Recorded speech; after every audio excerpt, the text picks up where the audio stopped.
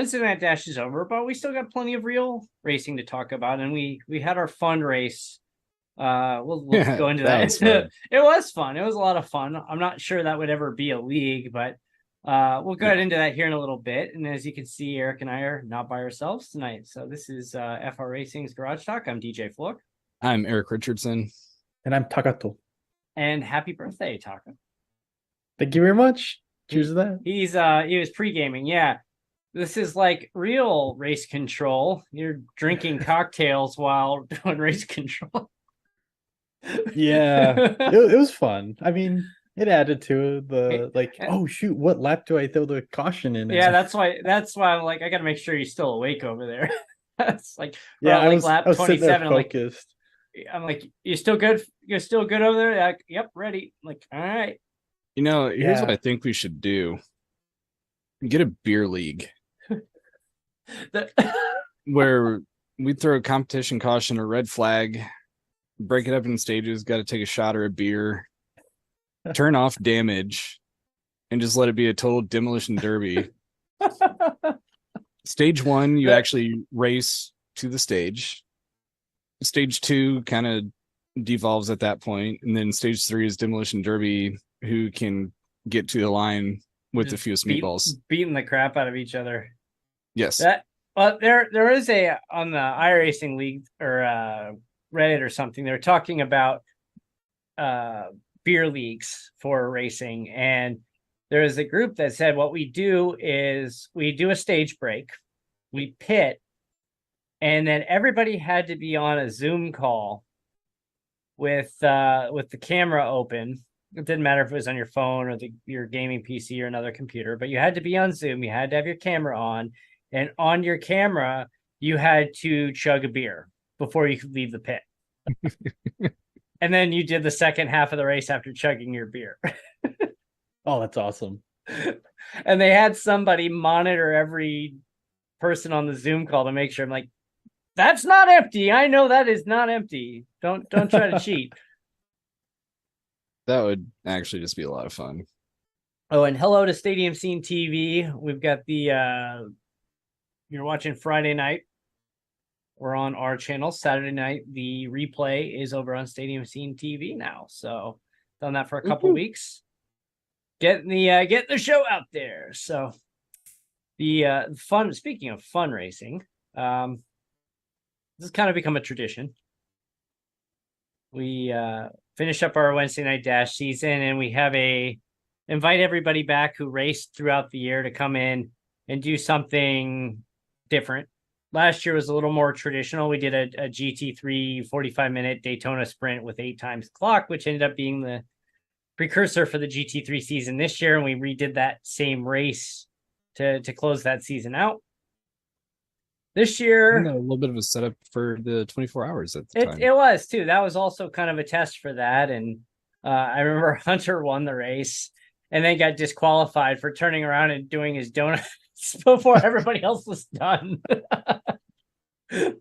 But anyway, so this year we're like, okay, let's do a little crazier. So the rules are we have to go to a track configuration that we had not been to, and we had to use a car or cars that we did not use during one of the Wednesday Night Dash seasons.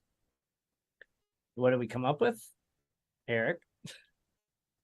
We did Old Atlanta, the 2008, before it became ass, and Super picked Speedway. the Gen 87s or the Gen 4s. Get it right. The Gen 4 87s and current trucks. And we did a multi-class oval race. Yes. And it was great. hilarious. It was hilarious hearing crew chief because the trucks, the Gen 4s were the fastest car. And our good friend Chad Clean Sweep Winstead stopped by and raced with us, and of course won the event. The funny part is there were no 87s. There were no 87s, which I was mildly disappointed, but I'm not surprised. But the comparison with the Gen 4 and the trucks were much better and faster in the turns. They were, But absolutely. the Gen 4s were rockets. Until you got to the words of turn. Our friend Tyler Victory.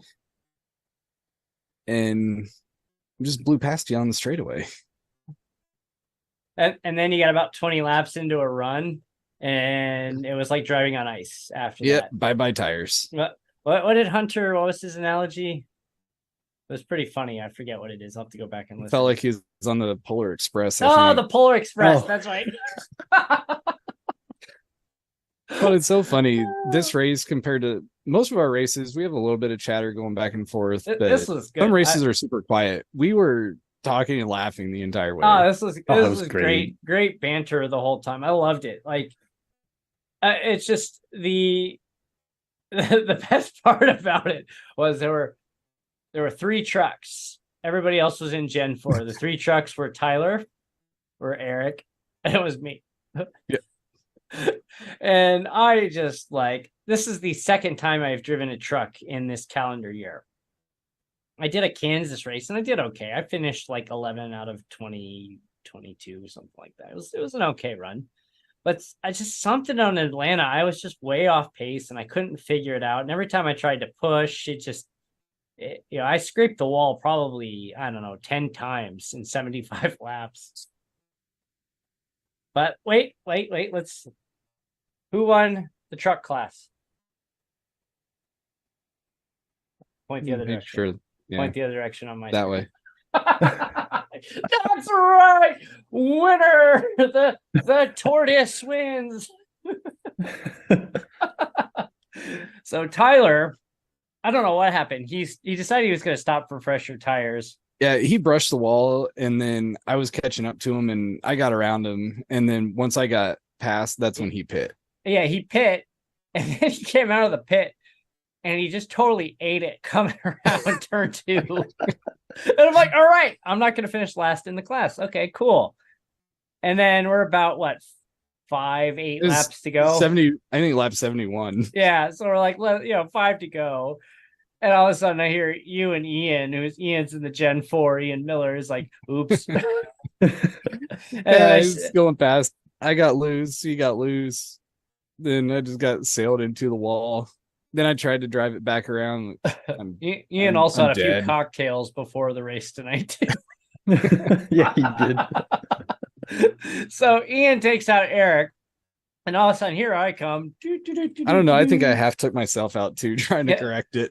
Yeah, and so I come walking, or I come slowly, Sunday driving by. There's Eric sitting down on the apron. I'm like, oh my God, I'm gonna win the class. And then Chad came around in the Gen 4 and lapped me with 2 to go. And I'm just like, I'm not even fighting this. I'm winning this class, baby. So I gotta ask, what paint did I have on my truck tonight? The only thing I remember about it, and I was chasing you down, so I only saw the backside, is you had an extreme sim racing and it had kind of like a green outline with it. Yeah, it definitely should have been my Ghostbusters purple and green truck. That's not what show. I mean, maybe it just didn't update for me, but that's why I loaded into the Sidekick, and then I saw the replay. I'm like, that's not what I loaded in. I've been going into the web and loading it in Trading Paints, and then Sidekick picks it up. I haven't even touched Trading Paints since their whole issue. Yeah, they haven't said a word about it, which is weird, but the web interface is still fine as far as I'm concerned. I changed my password, whatever. Changed my password in Trading Paints, and so I'll still use it to upload paints or select something from the gallery. And okay, I might do that. Yeah, then I use then Sidekick picks it up. So that's and Sidekick is a pretty solid app. It's just I wish it had a easier way to load your own.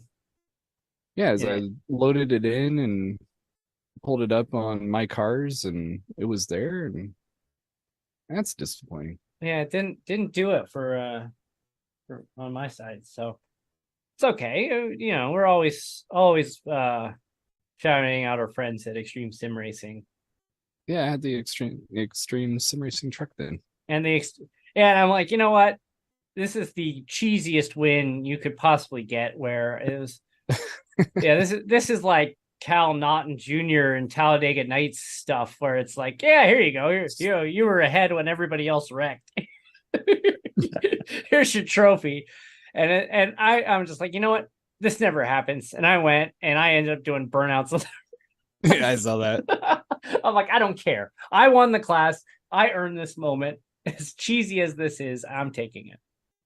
But what was Cal's line in the movie? He's like, you can't take it. I've been waiting a long time for you to call my name, and you can't take this away from me. I may have won on a technicality. Yeah, that was so fun to Maybe watch. I've Just too going much back to drink and forth. already. But anyway, got the Ford Cup here. So as of this broadcast, it might fall apart by the time this airs, but Ford has a tentative agreement with the UAW to go back to work, which is great. Great news. Sounds like they got a pretty good deal. So hopefully they get that ratified and get those auto workers back to work. And I'll ratchet up the pressure on what is Chrysler called now? Stellantis or something.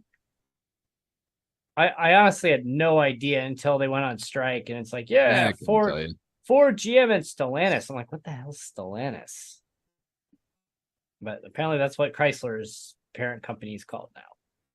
All right, go for it. All right. So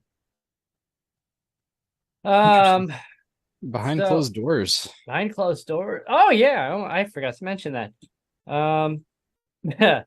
Down to the wire again. Yep. 2 seasons in a row. Unfortunately, you were on the short end this time.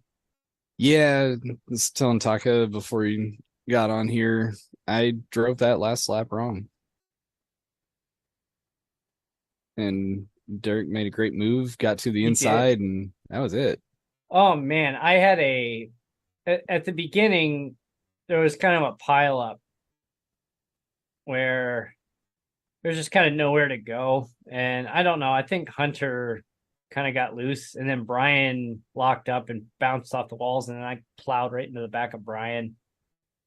And if it would have happened maybe 2 or 3 laps later, it would have been perfect timing because I would have taken my fast repair. But instead, I had to fuel save it to get me into an okay for the third stint. And I finished about 3.5 seconds behind you guys. Yep.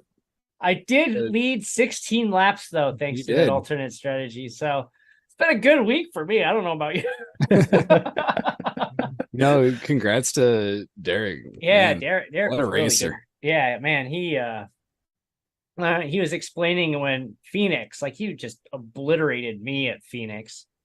And he's like, oh, yeah, I'm going into the turn. I'm going to the roll bar here and doing this. And he's just like making adjustments on the fly every lap. I'm like, man, I'm just trying to stay on the wall. Like, and he ended up winning 5 races. Yeah, I think it was 5 on the year. And just had great runs week after week. It's a lot of fun to race with. Yeah, I feel like,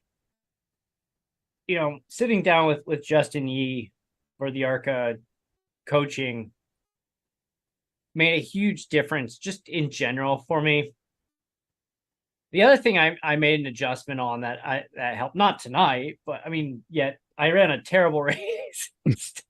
but every other week I noticed like my throttle control was a little too bouncy. Like I need to, I want to come off just a little bit, and it comes off like a quarter to a third. So I started kind of cranking up the damper on the throttle and make it a little more stiff. And it's like, okay, now that I've made the throttles more stiff, that, I can come back to 50% a lot easier. Where before it would be like down to 10, like, oh, no. That made a huge difference, 1. But 2, coming into the IR18 and just hanging with the leaders, like it was pretty competitive outside of Belle Isle, my arch enemy Laguna Seca. But actually the internet went down during a thunderstorm during that race. So I was spared. I was spared from my arch enemy.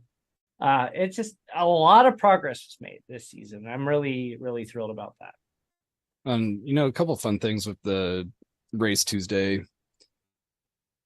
We had 125 laps at Michigan, and we had 40 lead changes. Yeah. I haven't seen that many in any sort of race.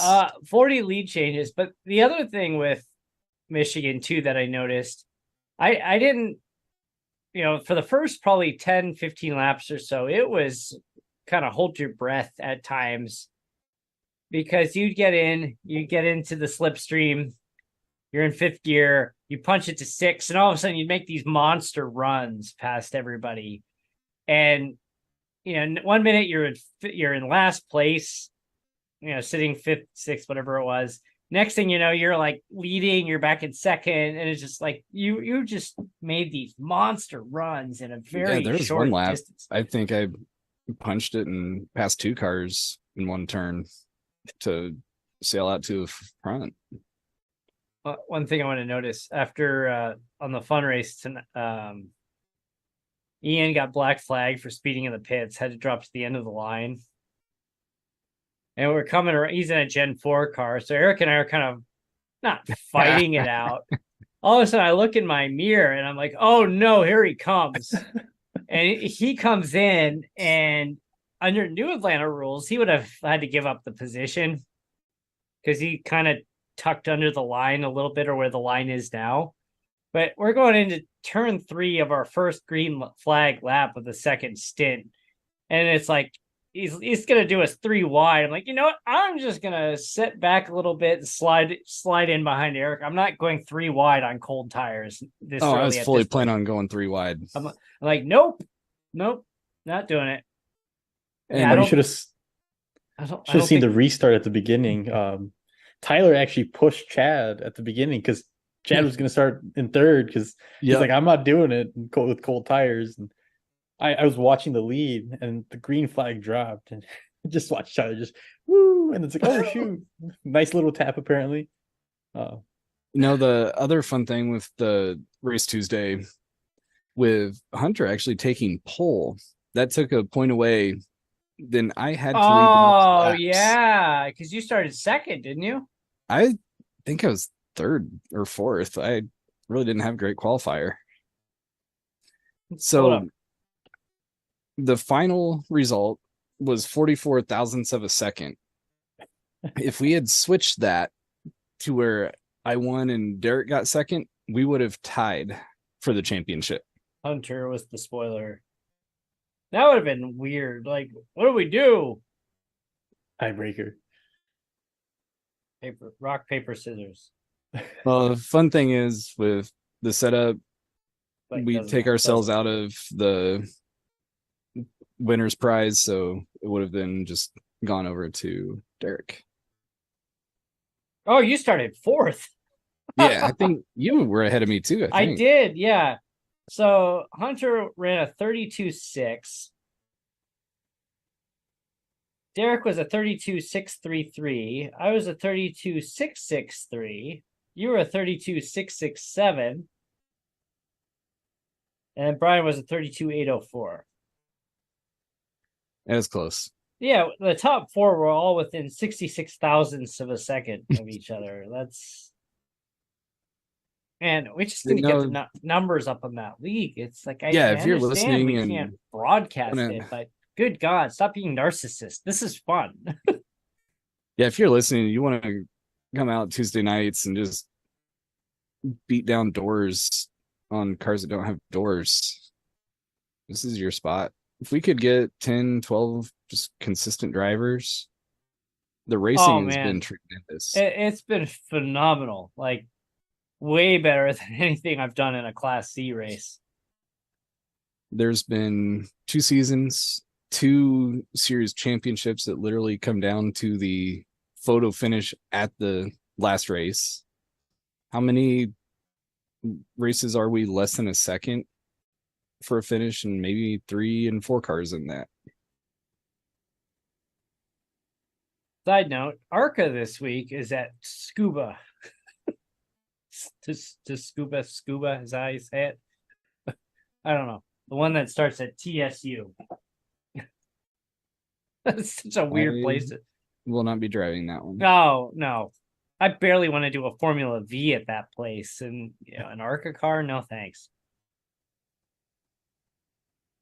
I'm curious what the participation numbers look like, and they're probably pretty high because it is a free track, and people better are than Delara insane. Dash. R.I.P. Delara Dash. All right, let's see here. So we've had a couple days of this. Oh,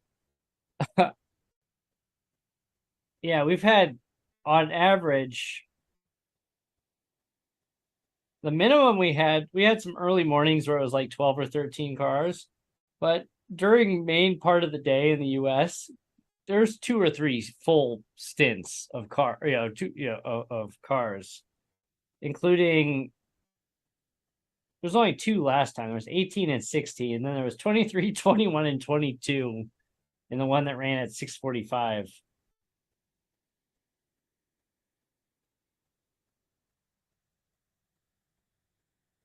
Speaking on different series, I like what Carburetor Cup is doing.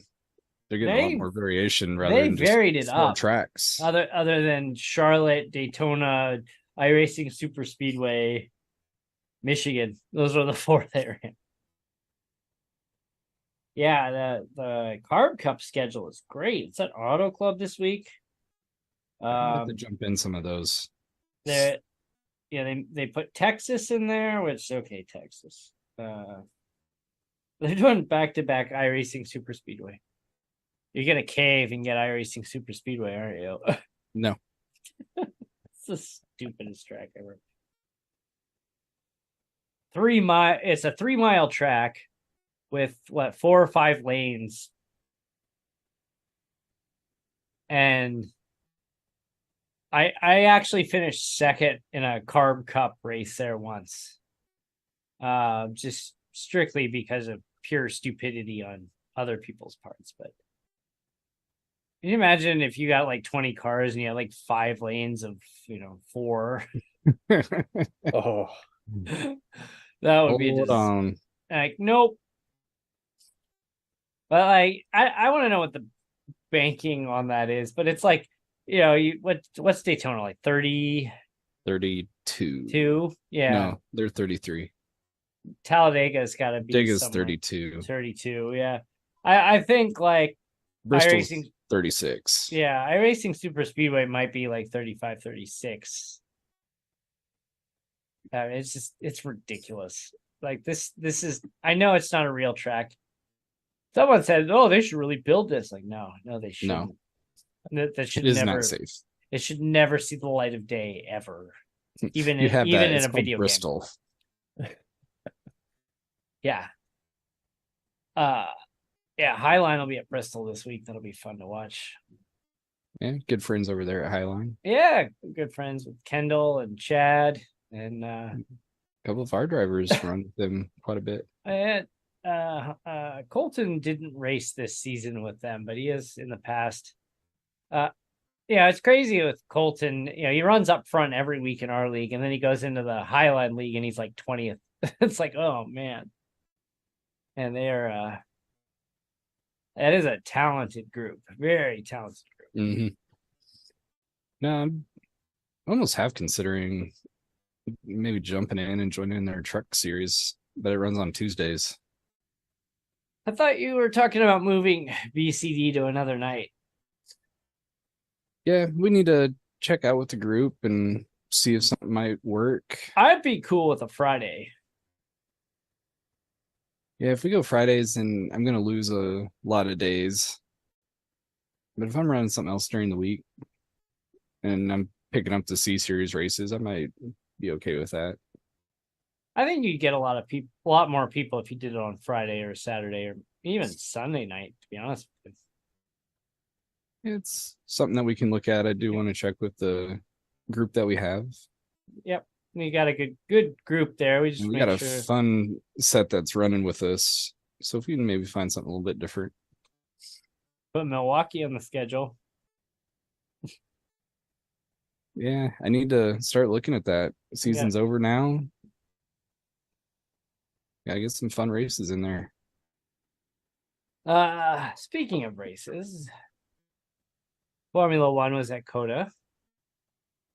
NASCAR was at Homestead. Where do you want to start? Oh, both are fun.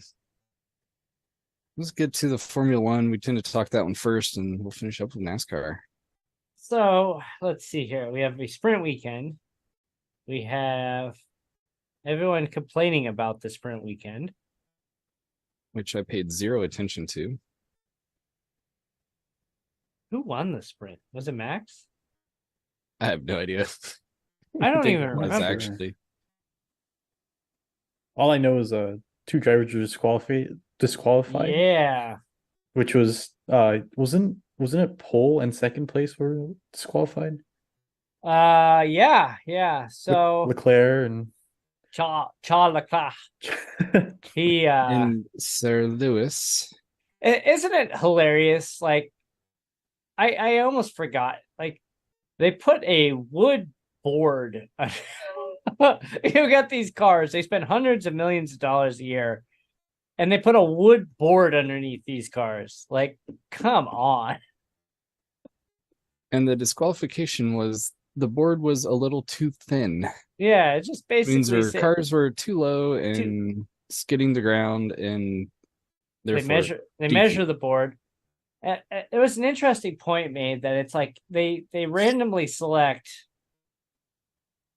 2 cars or a handful of cars to do this board measurement, and I guess the Ferrari missed by like fractions of a millimeter. I mean, it was absurd how close it was. Oh, this is alleged. Like they've not officially said this.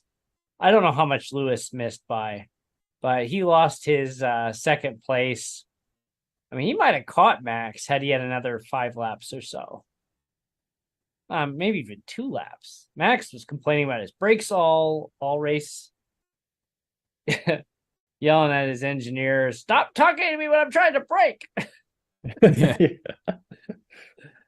And, as a result of those, we also had the first American to score points in shout out to Logan Sargent. Yeah, double points for Williams. Yeah, when was the last time both Williams drivers scored points in the same race? Jeez, I couldn't even tell you. 1996. Something like that. It's been a while. It's been a while, so yeah, Lewis gets disqualified. Probably not officially locks in Checo finishing second, but I mean he's up like 40 points now after the disqualification or something like that. Yeah, he ended up with actually a pretty decent run. Yeah, I think he was bad qualifying run. 4th or 5th place at the end. A lot of drivers were complaining about the track, saying it needs to be repaved. Max was throwing a fit about it. He said, "This is not up to Formula One standards. This place needs to be repaved." I'm gonna guess they didn't have the tire issues from. Yeah, right. That is true. But I'm gonna guess Coda's probably never been repaved because that place is only 12, 13 years old. I haven't been around long. No, I mean this place is barely over a decade old, so probably the original track. But it's, a wood board. But anyway, so I was trying to make this point earlier. They said, okay, so you spot check and Lewis, gets disqualified. LeClerc gets disqualified. And it's like, why would you stop there? Like you should start pulling boards from these other cars and checking them because probably there would have been more disqualifications. The whole field. Yeah, probably 2/3 of the field, if not more. Except for Red Bull. Yep. Yeah, they were up. I think Red Bull would have been fine. Somebody showed a picture of Max and Lewis's cars going through the same turn, and it was pretty clear that Red Bull sat higher than the Mercedes. Yeah, Ocon would have been, or no, was it Ocon or Gasly who withdrew early? Ocon. He had the contact with Piastri on the opening. Right. Well, we're going to the Mexico Grand Prix this weekend. supposed announcement. Maybe, He denied maybe it. not. He denied it. He's like, I'm not retiring. Yeah, Checo, there was a rumor from one of his quote unquote executive from one of his sponsors who said that he was going to announce his retirement at the Mexico Grand Prix. And when asked about it last weekend, he said, no, I'm not. News to me. The joy of rumors. Somebody probably had fun on social media and was like, hey, check this out. I'm going to start something. Let's see. No, it was I'm at the rich dude at a party, rumor spreading. I like these Western Hemisphere races because they start on normal hours. Like this week, it starts at 1:00 my time. That's great start time. I actually will not be watching. I will be in attendance at the Colts football game. Oh, nice. Oh, that'll be fun. I have not been to a game at Lucas Oil Stadium. I took the tour when it opened, and then I moved. This will be the third or fourth game I've been to.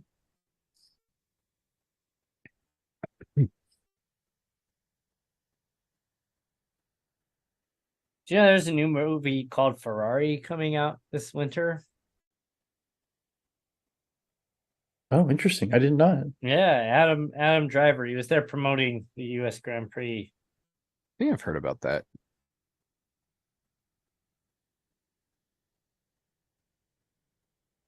I don't get many movie ads anymore. I think the summer was the last time, early summer was the last time I actually went into a movie theater and watched a movie. It was John Wick.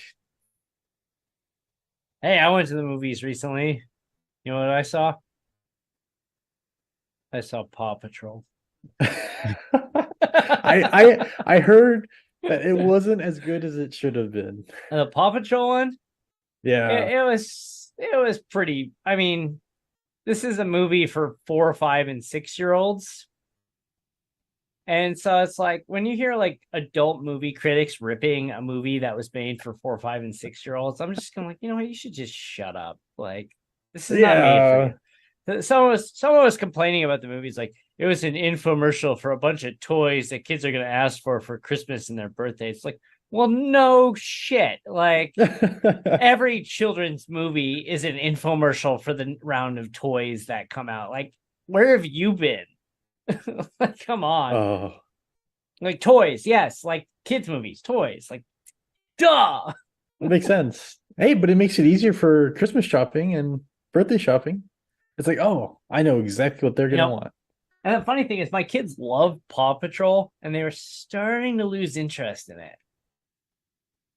And then now they're back interested in it again. Paw Patrol. When Paw Patrol, a bunch of dogs correcting the work of a bunch of irresponsible adults.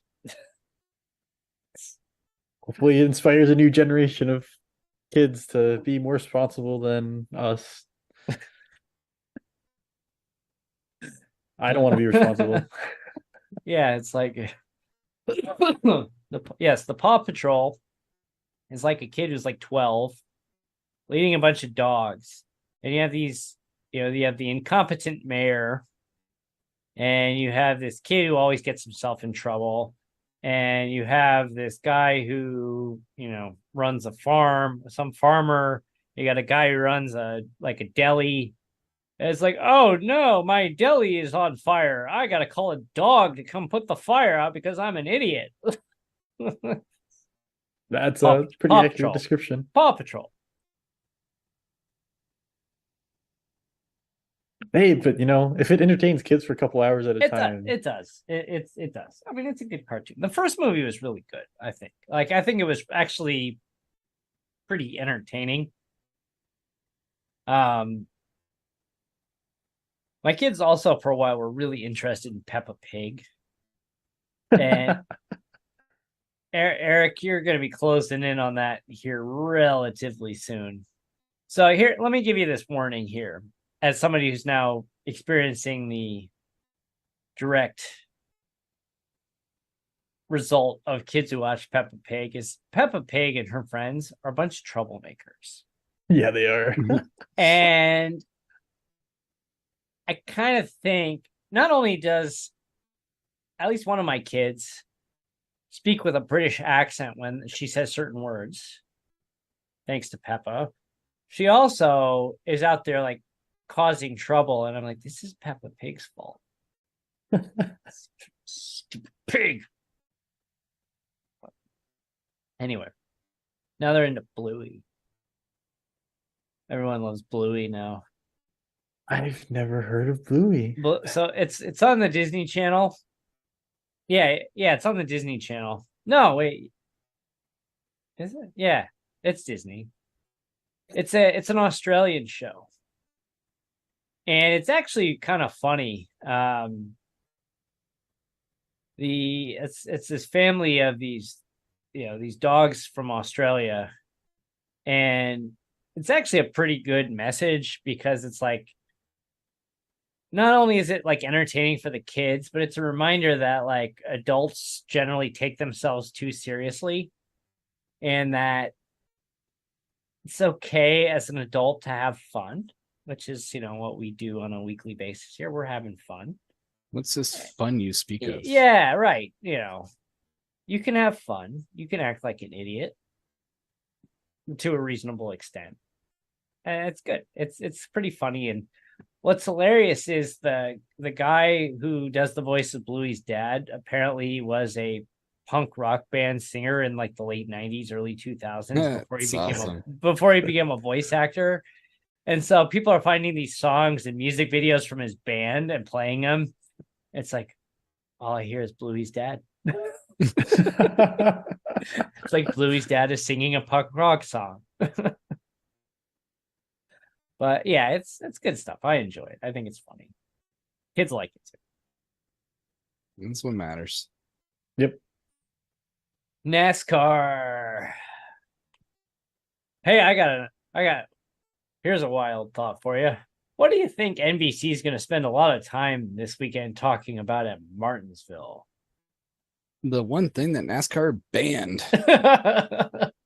Because it's all over social media. Hey, remember last year when Ross Chastain did this? Yeah, Ross Chastain decided that he was going to sacrifice his car and go full throttle into the wall.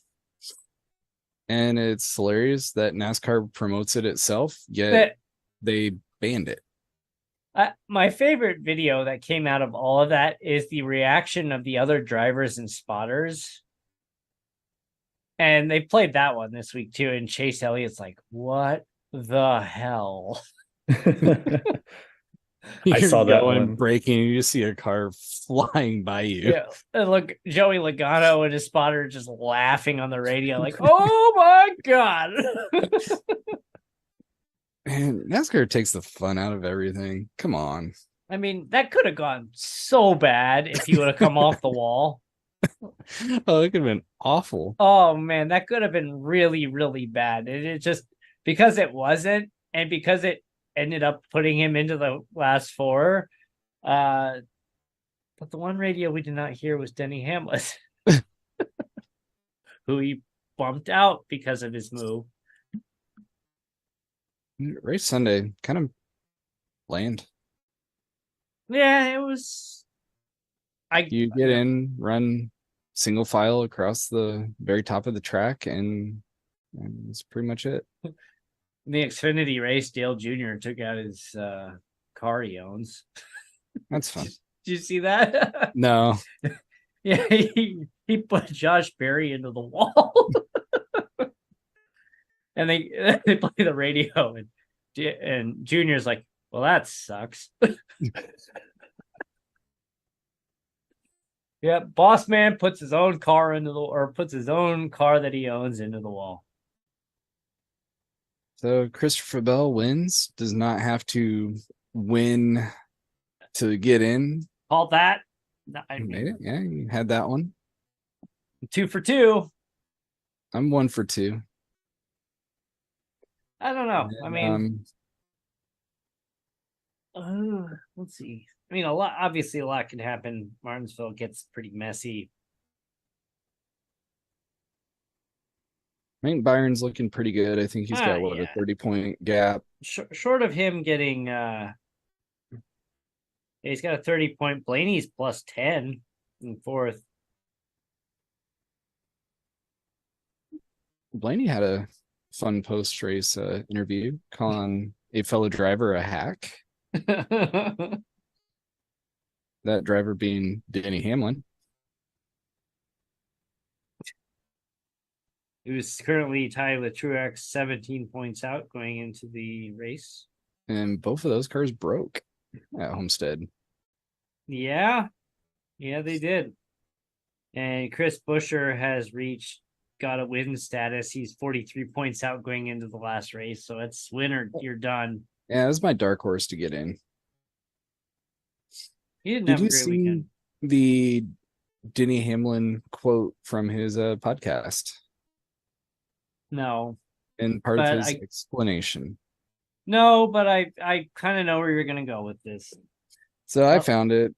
I'm pretty sure this is taken from. They're talking about racing and stuff. And he goes, what we're trying to do is get half a car length ahead so we can say, okay, it's my spot, concede, get in line, and let's go. And that's what I tried to do in 1 and 2. But the lap after that, I go in there. I'm going to go deep again, but he's down on my door, and I'm hitting the gas to establish that it's my position. But as I gas up, he gasses up, so he's saying, no, you're not. I'm going to fight you for the spot. So I let off and leave him plenty of room, and we race side by side again down the backstretch. Denny, this is racing. You have to get your spot, not just, hey, I'm here, give it to me. My immediate first thought was just complete coincidence, but I'm like, that screams crying Jordan meme. And then I'm like, oh yeah, he's his co-owner. Speaking of crying Jordan maybe memes, I'm not a pro racer and I don't understand how this all works, but from a fan perspective, your car needs to be faster than the one next to it. Yeah. It's getting a little tiresome hearing. But didn't I text you he was going to have an excuse or blame somebody for why? That's about, well, that's par for the course for him nowadays. Pretty much what I read was Ryan Blaney raced me too hard. He didn't give me the spot. Yeah. Blaney had a good run. He did. He's sitting plus 10 going into Martinsville. So, man, I can't believe we're 2 weeks away from Phoenix, or a week and a half away from Phoenix now. No, we got Martinsville coming up, and then it's Championship 4. Got my Xfinity tickets, so I may have goofed when I bought my tickets. We'll be there. The problem is that so apparently there are free kids tickets for the Xfinity race, and I didn't click the right link, so I ended up paying for my kids tickets. Oh, oops. Yeah, so you can take $70 and flush it down the toilet that I could have got for free. So I gotta make some phone calls since he was going to be in attendance that weekend. That's all right. Well, we're gonna go to the race, and plus the other thing is we discovered in the spring they have the NASCAR kids area out in kind of the midway when you walk in, and kids had a ton of fun with that. They had like a little kind of podium set on the side, and they had a mini replica of the France trophy. My kids are like, I want the trophy. I'm like, that's awesome. Yeah, so that was cool. And they had like Legos where you'd build like a Lego car, and then you'd run it down a ramp, and it would hit a wall, and it's good stuff. Yeah, it was good stuff. Like it's and drivers will pop in periodically for meet the kids and sign, and had a brief conversation in the spring with Anthony Alfredo, who was there at the time. So I'm not sure I don't know if they've released the schedule yet, but we'll get there. We'll go play in the kids area, keep the kids entertained, and hope that there's no ear infection this time around. Oh, and you got a fun spot. Arizona could be championship central here. Yeah, look at that. Oh man. So so the World Series, if it goes 7 games, the World Series will be wrapping up actually the day I'm at the track. Ooh. That's So I was looking at I going back to Philly and the fact that Philly was unbeatable there, I'm just like, I'm not even gonna try for World Series tickets, like whatever. And they didn't sell out because a lot of people felt the same way as like, I'm not buying World Series tickets. It's not happening. And then as the game went on, Arizona goes in, shuts Philly down, game 6. And then they go in and shut Philly down in game 7 and win the pennant. And one of my friends actually had to take a business trip to Philadelphia, and he spent $300 to go to game 7. And I mean, it was a good game. It's just not if you're a Phillies fan. But it's the Diamondbacks in the World Series. No, the Diamondbacks. Yeah, the Diamondbacks were a plus 12,500 to win the World Series at the beginning of the season. They've been there more in the past 30 years than the Cubs in the last. Well, the Diamondbacks have only been a team since 1998. 1, but 2, they went in 2001, and that was a pretty ridiculous team when you look back on it. Yeah, it was a great team. And you have Randy Johnson and Kurt, prime Kurt Schilling anchoring that rotation, and that was the rotation in the playoffs. That was the rotation. Yeah, Randy Johnson threw like 5 games, I think, that World Series. Luis Gonzalez was having his best year, of his career that year. He had like 57 home runs or something like that. And Mark Grace was traded there a year or so before from the Cubs after an ugly divorce there. Finished his career out there. That was a sneaky good team that they had in 2001. It really was.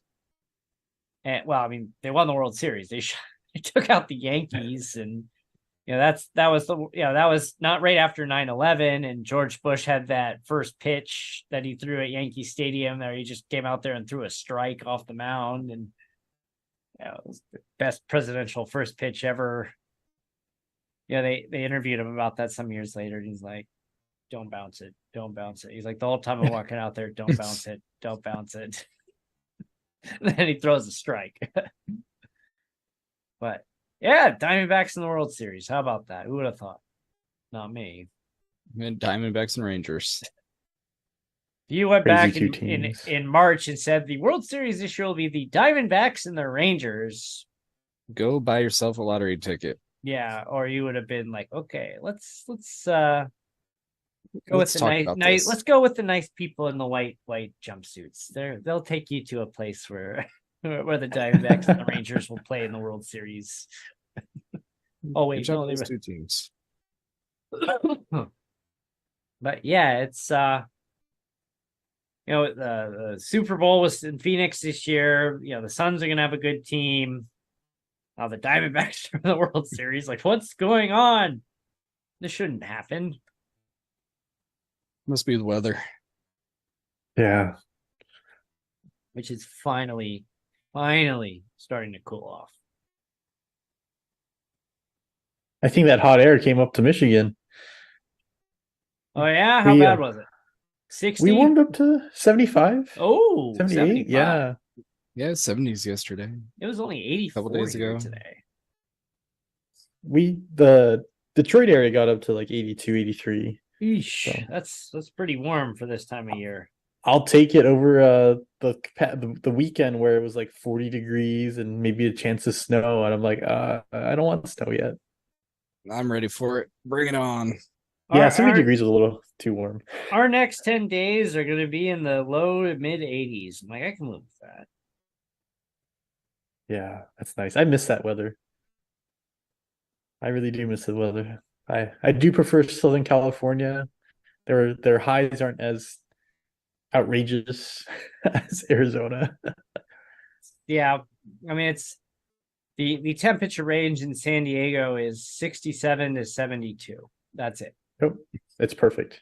67 in December, 72 in July. I think it was Lewis Black had the joke.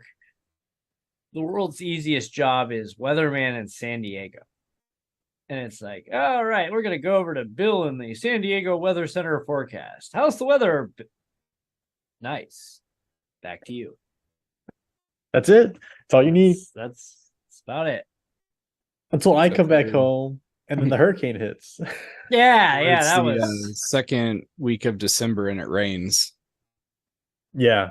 You got the second hurricane in the last 100 years to hit the Southern California area. I was there for a historic moment. You know what? And we were messing around outside too.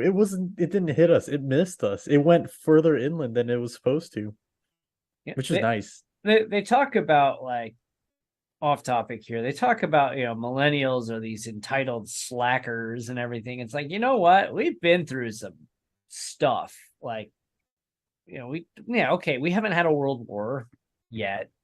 But it's like, we had, the first 15 years or so are pretty, there was Desert Storm, but the first 15 years are pretty lax. And then all of a sudden, you have 9/11, you got these 20-year wars, you got a housing/credit market collapse, you've got a global pandemic, you've got all, another potential housing crisis in the works here. It's like, come on. That's all in the last 20 years. And the good thing is, by the time all that stuff hit, I was old enough to drink. I wasn't. Had to wait a little bit. But now I can, so cheers to that one. Wow. At least you knew the world before stuff hit the fan. I only knew the world as stuff was hitting the fan. Yeah, that is true. Babies. You damn kids. Yeah, it's like, I remember a simpler time. Oh, I would like to think that my generation was the last good generation. when the drama on the internet was, you've got mail, and that was it. AOL keyword movies. Are you old enough to remember America Online? I wasn't even in the States, I think. Do you ever hear of it? Was called AIM, AOL Instant Messenger. I have. That shut down probably 10, 15 years ago now, probably. Oh, I have no idea. AIM was time. I was, God, what were we, about 12 when AIM came out? 12, 13 years old? Yeah, it was really high school and college. That was such a big deal. It's like, oh, I can just sign into the internet. I can message somebody. I'm like, hey, I'm going to message Eric right now. And AIM shut down in 2017 of December. Really? Yeah. I guess nobody used it for the last 15 years. Honestly, the last time I used AIM, I was probably in college.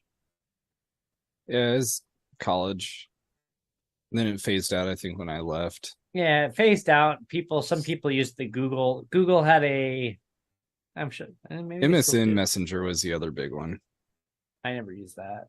I used AIM, and then I went to Google Messages or whatever it was called. That was integrated into Gmail.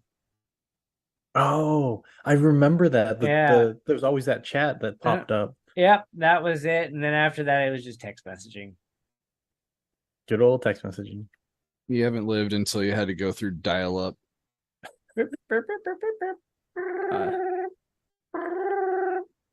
I'm so happy I never had to live through that. But I had to use fax machines, so I learned how to use those. No one uses those in the US, but we use them all the time in Japan. I remember when I bought my first house, we had to fax all our paperwork over. Oh.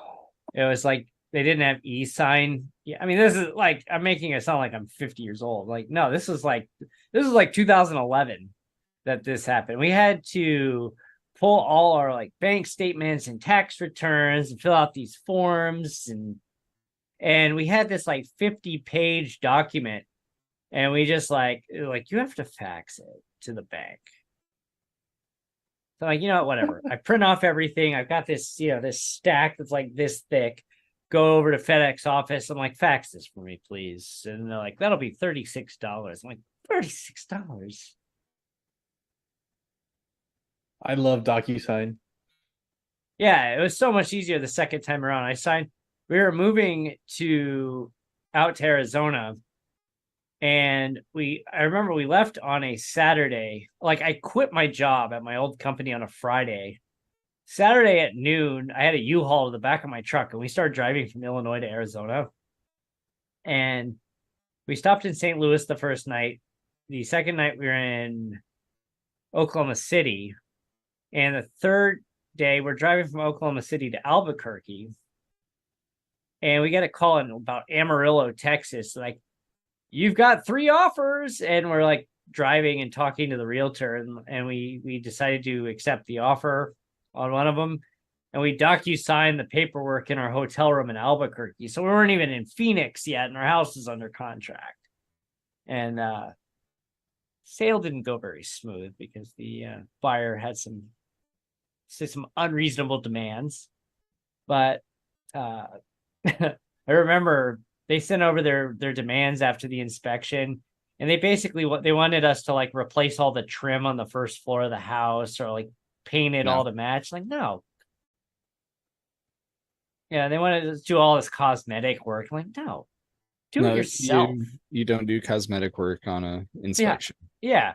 And then they said something to the extent of like, I forget what. Oh, so they sent over this report, and my wife had flown back. She drove with me, but then she flew back home because we didn't know how long it was going to be. It ended up not being very long, but she flew back home for about a month to pack up, and then she was still working for a little bit.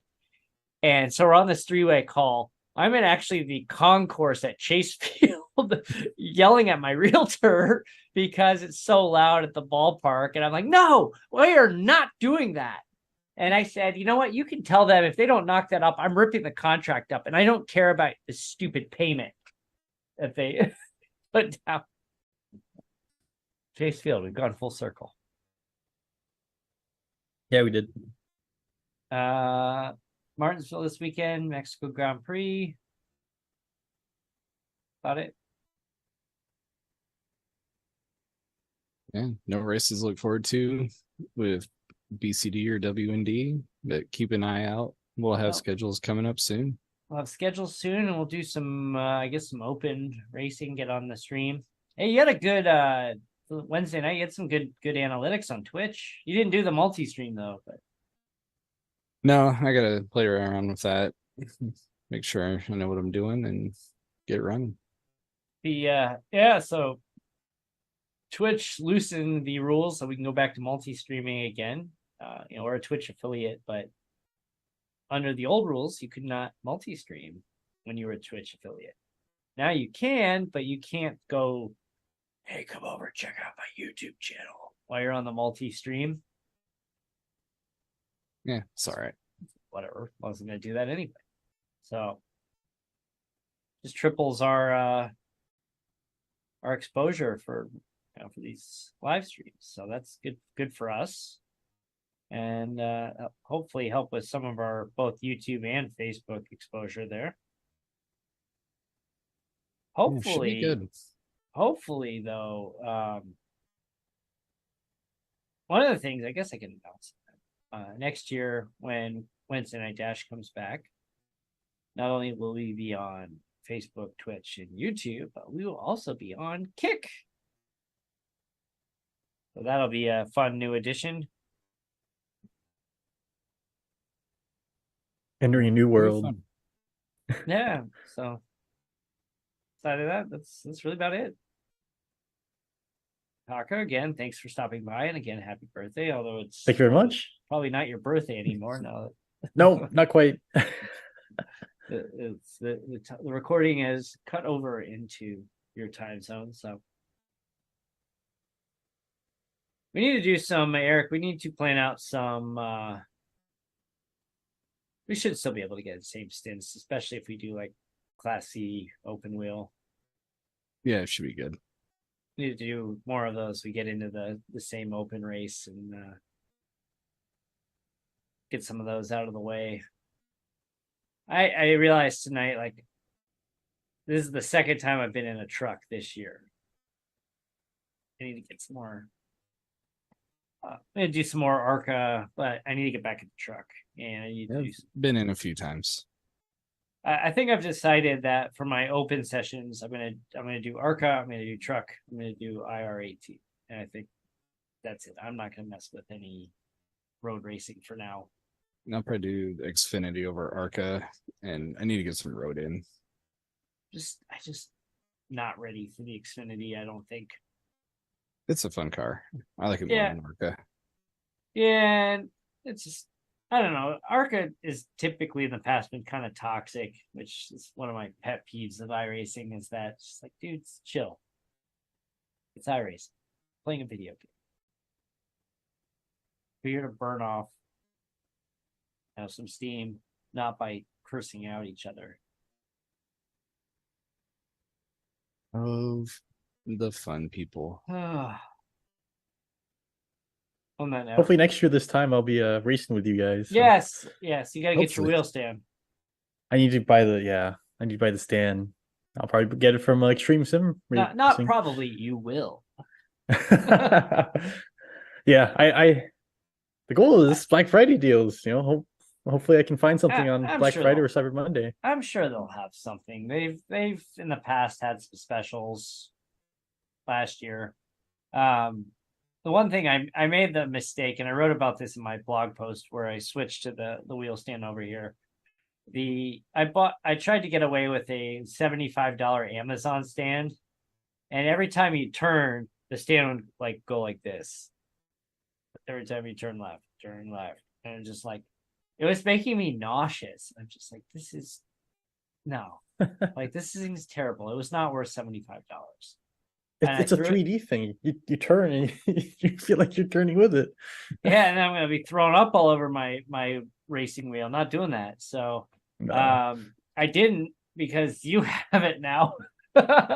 There is no vomit on that wheel. I'll tell you that. I can confidently say that.